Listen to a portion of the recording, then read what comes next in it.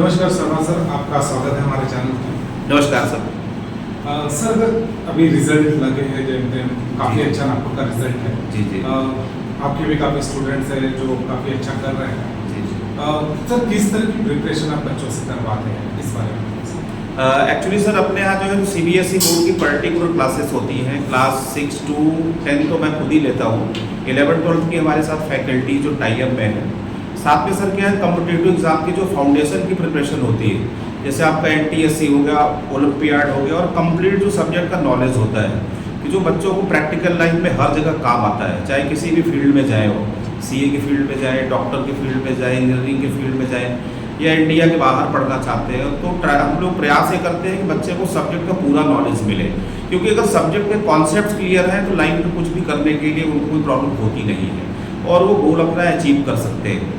तो हमारा main focus sir होता है, हमारी जो टीम है, कि मेन सब्जेक्ट को प्रॉपर उनको गाइडलाइन मिले, जो कॉन्सेप्ट है वो करने के साथ साथ उनको अपने आप ही सब्जेक्ट में क्या है बूम करना शुरू कर देते हैं। सर हम लोग इस तरीके से बच्चों को पढ़ाते हैं। ये तो हो गया सर आपका पढ़ाने का पैटर्न। अगर हम बात करें अभी रिजल्ट्स लगे हैं, बच्चे अभी आने वाले समय में अलग अलग एजुकेशन में जाएंगे, आप क्या गाइड करना चाहिए, आप क्या एक संदेश देना चाहेंगे ऐसे बच्चों को जस्ट पास आउट हुए हैं, किस तरह उनका भविष्य करना चाहिए? सर मेरा ये कहना है कि जैसे बच्चे जो भी 10th में पास हुए, 11th-12th में जाना चाहते हैं, या 11th-12th के बाद आगे का फ्यूचर उनका है, जो भी उनके मतलब जिस क्लास के बाद जो भी आगे कैरियर चॉइस उनकी है, मेरी पर्सनल ओपिनियन सर ये किसी भी पेरेंट्स टीचर का उसमें प्रेशर नहीं होना चाहिए।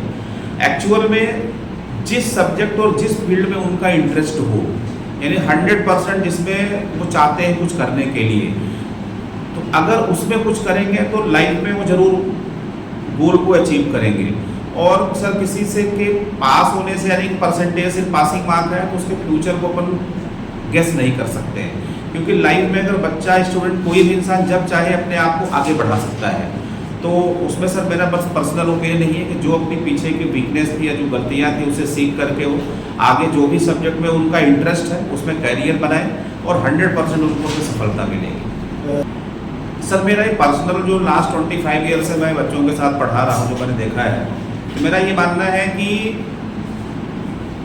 एक्चुअल में जो रिजल्ट बच्चों में आता है, जो कंपटीशन इतना टफ हो गया है जैसा आप कह रहे हैं, तो उसमें पेरेंट्स का भी प्रॉपर अगर इंटरेस्ट रहता है और वो पेरेंट्स अपने बच्चों को सुपरविजन करते हैं, टीचर के साथ प्रॉपर कोऑर्डिनेशन रहता है, और बच्चे का खुद का भी इंटरेस्ट होना चाहिए।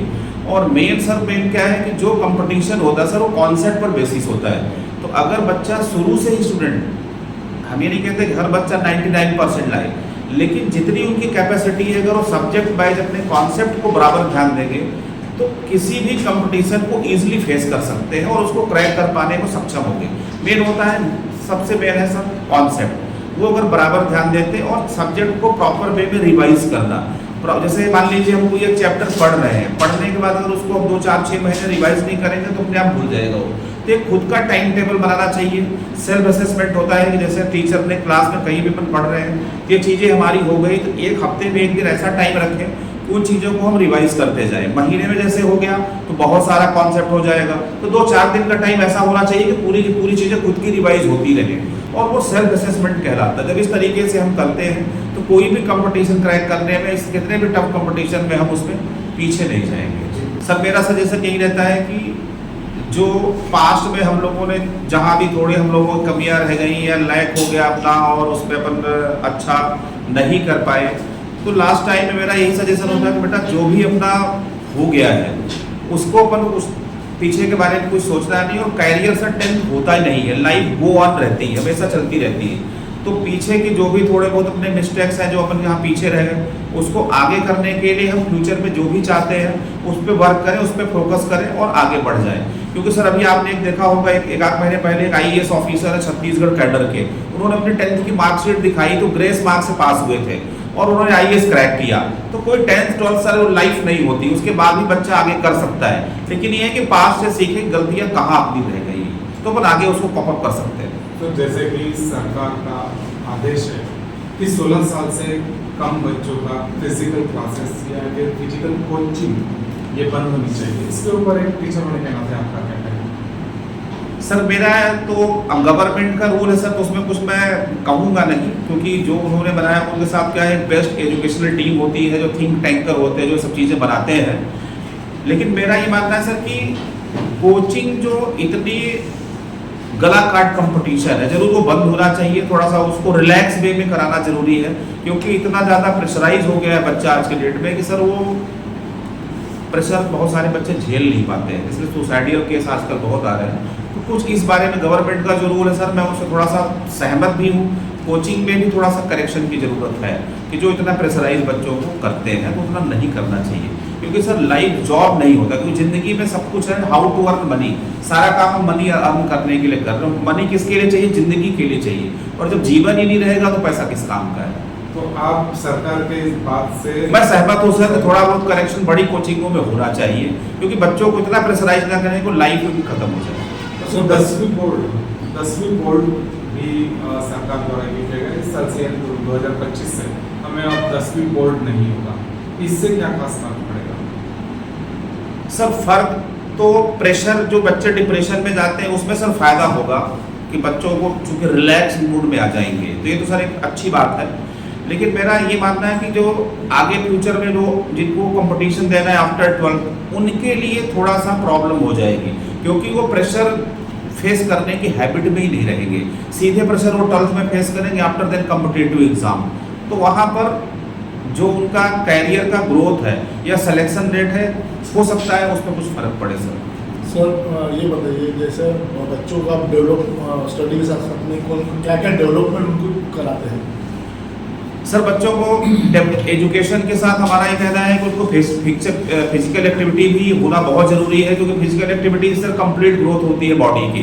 क्योंकि जैसे कोई स्पोर्ट्स है, आउटडोर गेम खेलना, हर चीज़ सब जो चीज़ें हैं, और वैसे भी सर कोविड के टाइम में तो प्रूफ ही हो गया है कि अगर फिजिकल एक्टिविटी है तो उसका इम्यूनिटी ऑलरेडी अच्छा होता है। तो मेरा ये मानना है कि 1 घंटा हर बच्चे को स्पोर्ट्स के साथ अपने आप को कोलाबरेट करना चाहिए। और मैं उनको जो एक्स्ट्रा करिकुलम है, जिन बच्चों को ड्राइंग, पेंटिंग या जो भी म्यूजिक में शौक वो भी कर सकते हैं, क्योंकि सर वो भी लाइफ का पार्ट होता है। और एजुकेशन तो सर मेन फोकस है, वो तो रहना ही चाहिए, लेकिन साइड में उनके जो खुद के अपने इंटरेस्ट हैं उनमें जरूर उनको उसमें पार्टिसिपेट करना चाहिए, ऐसा मेरा मानना है। और बच्चों को सर अपनी क्लास में मोरल से रिलेटेड मैं कभी टाइम मिला तो स्टोरी भी सुनाता हूँ, और उनको उसका मीनिंग बताता हूँ, बेटा इसका मतलब ये होता है लाइफ में एक्चुअली करना क्या है और क्या करना चाहिए। तो सर मेरा जिस तरीके से, क्योंकि इतने सारे रिसोर्सेज तो अपने पास है नहीं, तो जो भी है उसके हिसाब से अपन बच्चों को कराते हैं। और हाँ, और ये जरूर बोलते हैं कि आपकी जो पर्सनल को आप खुद की हॉबीज़ है उसके लिए भी टाइम आप एजुकेशन के साथ जरूर दें, क्योंकि वो भी जरूर कंपल्स। सर अब चूँकि मैं खुद ही ऐसे शर्मा हूँ, ज़्यादा अपने बारे में तो नहीं कहूँगा, सर जो भी लोग देखेंगे बोलेंगे शर्मा सर अपनी खुद की तारीफ कर रहे हैं। सर अब कोशिश ये रहती है कि हर बच्चे को सब्जेक्ट का नॉलेज हो, सब्जेक्ट का नॉलेज होता है तो लाइफ में अपन अचीव कर सकते हैं। जैसे मैं अभी बताऊँ कि मैं नीट में 720 ऑन 720 सुभाष सेन गुप्ता जी ने स्कोर किया, मेरे पास 8, 9, 10 पढ़े हो। ऐसे बहुत सारे बच्चे हैं, चाहे किसी भी कोचिंग क्लास में, चाहे LN में हो आपके, या कहीं भी बड़े बड़े इंस्टीट्यूट में, कैट हो, सैट हो, आपका IIT या नीट है, तो हर जगह बच्चे मेरे जो है तो सेलेक्ट होते हैं, क्योंकि कोशिश ये रहती है कि उनको सब्जेक्ट का नॉलेज है तो वो अपने कंपटीशन में अपने आप ही सर्वाइव कर पाते हैं और अच्छा कर लेते हैं।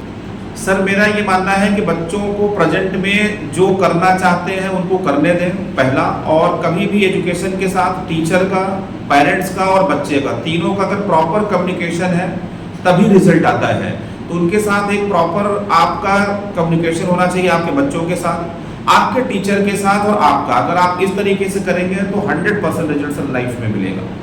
क्योंकि मैं ये देखता हूँ कि पेरेंट्स का जो कम्युनिकेशन है टीचर के साथ एक लैक हो जाता है, जिसके कारण हर पेरेंट्स को रिजल्ट नहीं मिल पाता है। मेरी पर्सनल ओपिनियन है कि अपने टीचरों के साथ, जो भी आपके बच्चों के टीचर्स हैं, उनसे ज़रूर आप प्रॉपर वे में जुड़े रहें, बच्चों के बारे में अपने फीडबैक लेते रहे, साथ में उनके साथ ही आप पेरेंट टीचर मीटिंग करें। ऐसा नहीं कि आप जाके भी लाए, बच्चा आपका नहीं गया, तो बच्चों के साथ ही जाएंगे तो आपको प्लस माइनस पता चलेगा कि बच्चे के साथ और क्या इम्प्रूवमेंट किया जा सकता है और कहाँ पर उसकी प्रॉब्लम हो रही है उसको। सर मैं SS शर्मा क्लासेस से SS शर्मा बात कर रहा हूँ। सर हमारा एड्रेस जो है तो रामदास पेड़ में प्लॉट नंबर 129, और मेरा मोबाइल नंबर 9890417694। सर हमारी क्लासेस 5th to 10th तो मैं खुद ही लेता हूँ, 11th 12th की भी टीम है अपनी, और उसमें भी क्या है 10-15 डेज फ्री क्लासेस सर आए, पहले पढ़ें, देखें, फिर डिसाइड करें कि आपको क्या एडमिशन लेना है कि नहीं लेना, वो आप पर डिपेंड करता है। क्योंकि मेरा पर्सनल मानना है कि हर टीचर हर बच्चे को नहीं पढ़ा सकता, तो जो अगर सूटेबल हमारे पास है तो अपन उनको जरूर करेंगे उनके साथ अच्छा। Thank you.